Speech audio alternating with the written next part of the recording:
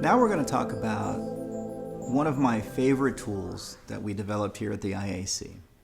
It's been amazingly effective across dozens and dozens of clients in raising the odds that they're going to get their needs and wants met.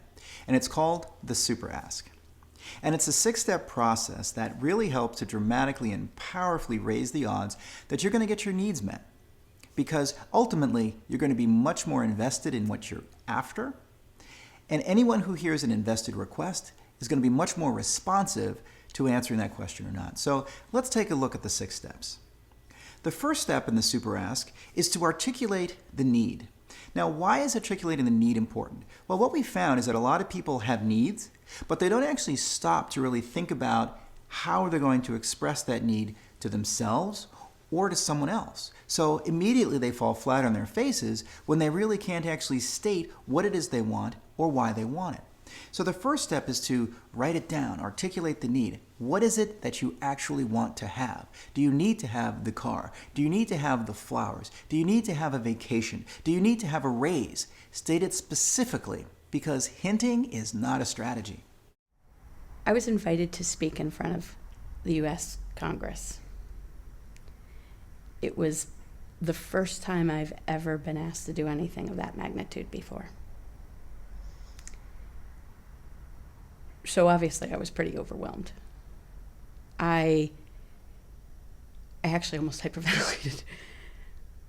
When I sat down to write my written testimony, all of that went away.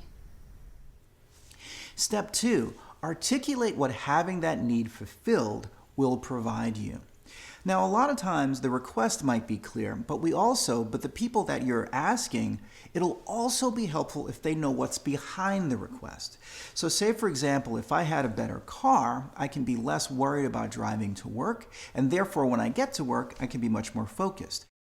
Well, I'm an entrepreneur now, so I'm self-employed. So I would say that my ability to negotiate, to kind of have a clear sense of what I'm worth and what I'm capable of, and what being able to work in partnership through negotiating with others for goods and services and time and talent has allowed me the freedom to have a life that I enjoy, to work for myself, to have no one tell me I can't leave work to go to my kids' track meet or to stay home or to take my child to a doctor appointment. So I would say the ability to negotiate has given me the freedom to craft my life. My life is better because I know how to negotiate. Because you negotiate not just in business and not just in your day-to-day job, but you're negotiating every relationship in your life. Whether it's personal, whether it's a relation like a mother, daughter, father, whatever that is, your family, your friends, your job, your coworkers, everything is a negotiation. And it's constantly happening at all times. The better you are at negotiating, the happier your life will be. The better you are at negotiating, the more win-win you will be involved in. The more other people will enjoy being in your company. And the more you will enjoy your life.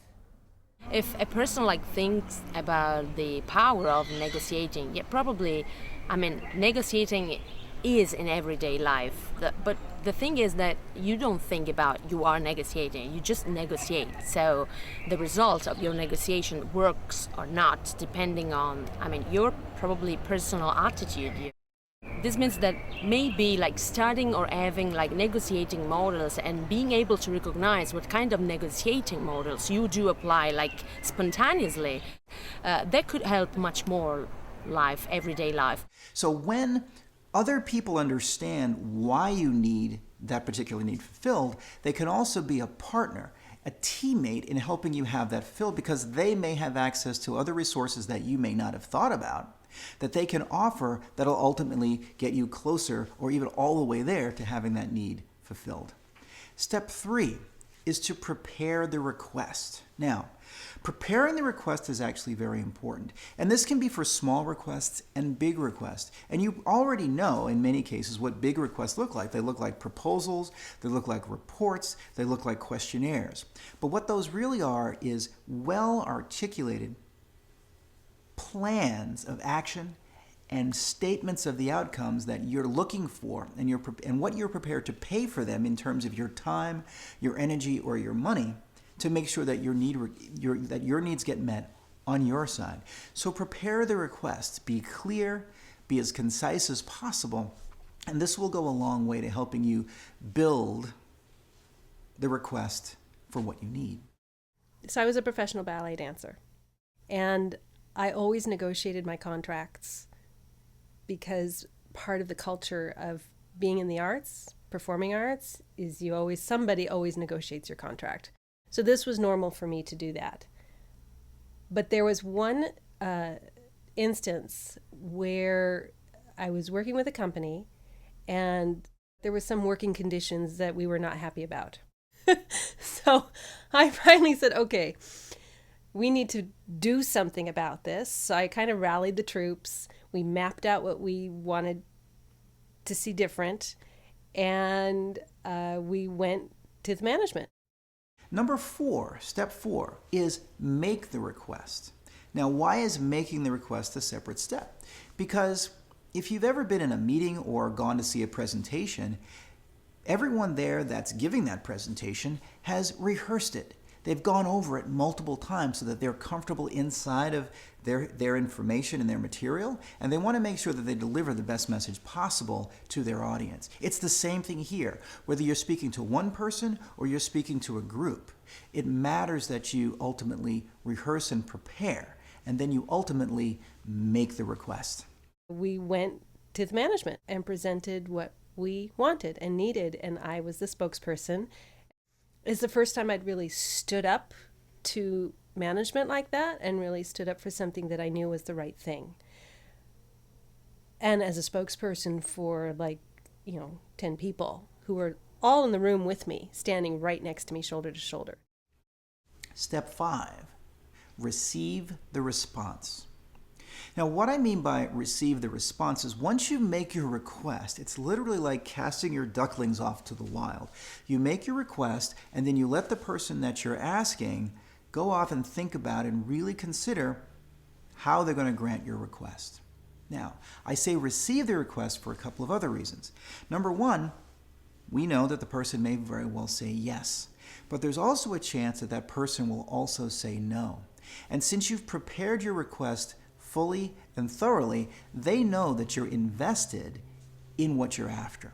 If they say yes, it's very clear because they know that they're invested, and people are more likely to say yes to a request that's invested than to a request that they think isn't really that big of a deal.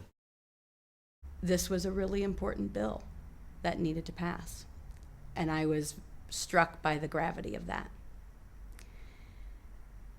And I took a deep breath, and I had written my testimony and had that in front of me and gave my 5 minutes of testimony with complete confidence and without any nerves whatsoever, which kind of surprised me.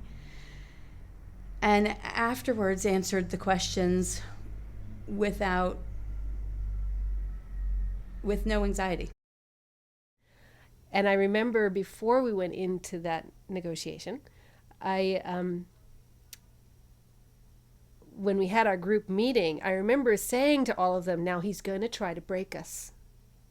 So just stand strong, because he won't be able to break us if we just stay united in what we want. It was essentially a labor negotiation, but we didn't have a union and we didn't have a contract like that to fight for. But we knew what was appropriate and correct, right working conditions, and those were not being followed. So we did. And we got what we wanted.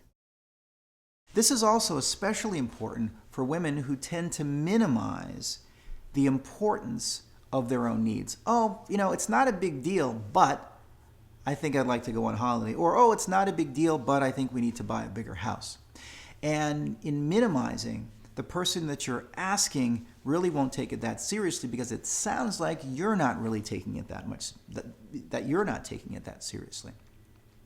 So when you receive the response after making an invested request, if they have to say no, and that person knows that you're invested in your request, they are really given the chance to be crystal clear and honest about why they can't actually grant your request.